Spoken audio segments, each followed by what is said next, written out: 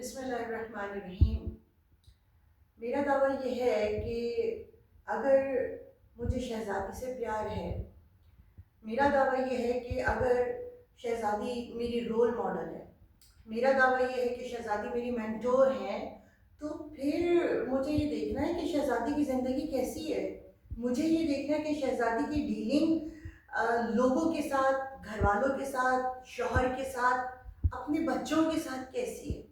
ایسی ڈیلنگ ہے بچوں کے ساتھ کہ بچے آ رہے ہیں تو وہ شہزادی بچوں کو دیکھ کر کہتی ہیں، کس طریقے سے کہہ کر پیار کرتی ہیں، یا قرۃ العین، اے میری آنکھوں کی ٹھنڈک، اے میرے میوہ دل، اے میرے لخت جگر۔ شوہر کے ساتھ ایسی ڈیلنگ ہے کہ مولا کائنات سے جب یہ پوچھا کہ یا علی آپ سارا دن مشقت کرتے ہیں، گھر آتے ہیں، آپ تھکتے نہیں ہیں؟ تو مولا نے فرمایا نہیں۔ پوچھا کیوں؟ کہا اس لیے کہ جب میں گھر آتا ہوں اور شہزادی کے چہرے پر نگاہ پڑتی ہے، ان کا مسکراتا ہوا چہرہ دیکھتا ہوں، تو میرے دل کی ساری تھکاوٹ دور ہو جاتی ہے۔ شہزادی نے ہمیں بتایا کہ اپنے شوہر کا وقار بلند کیسے کرنا ہے۔ شہزادی نے بتایا کہ جب لوگوں نے مولا سے پوچھا کہ یا علی کبھی شہزادی سے آپ کو کوئی شکوہ ہوا، کوئی شکایت ہوئی، تو مولا نے فرمایا ہاں ایک شکوہ ہے۔ پوچھا کیا شکوہ ہے؟ کہا بیوی نے مجھ سے کبھی کوئی شکوہ ہی نہیں کیا، کبھی کوئی فرمائش ہی نہیں کی۔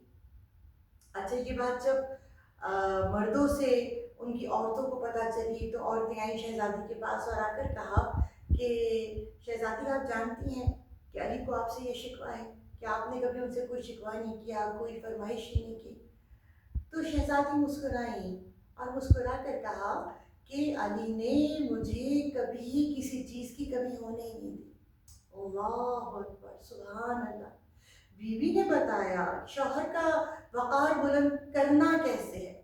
اگر میں اور آپ ایک لمحے کے لیے بیوی کی ظاہری زندگی پر نگاہ ڈالیں تو ہم دیکھتے ہیں کہ بیوی کے گھر میں ہمیں جو ہے وہ جو بظاہر چیزیں دکھائی دیتی ہیں وہ پیون زدہ لباس، گھر میں فاقے، بچے فاقے سے ہیں، چکی پیس پیس کر ہاتھ میں چھالے پڑ چکے ہیں، لیکن زبان پر شکوہ نہیں ہے۔ شہزادی بتا رہی ہیں کہ اپنے شوہر کے وقار کو بلند کیسے کرنا ہے، شہزادی بتا رہی ہیں کہ اپنے شوہر کا مان بلند کرنا کیسے ہے۔ میں اور آپ جو ان کو آئیڈیلائز کرتے ہیں، جو ان کو رول ماڈل مانتے ہیں، حقیقت یہ ہے کہ میں اور آپ ان کی زندگی جیسا ایک دن میں نہیں گزار سکتے۔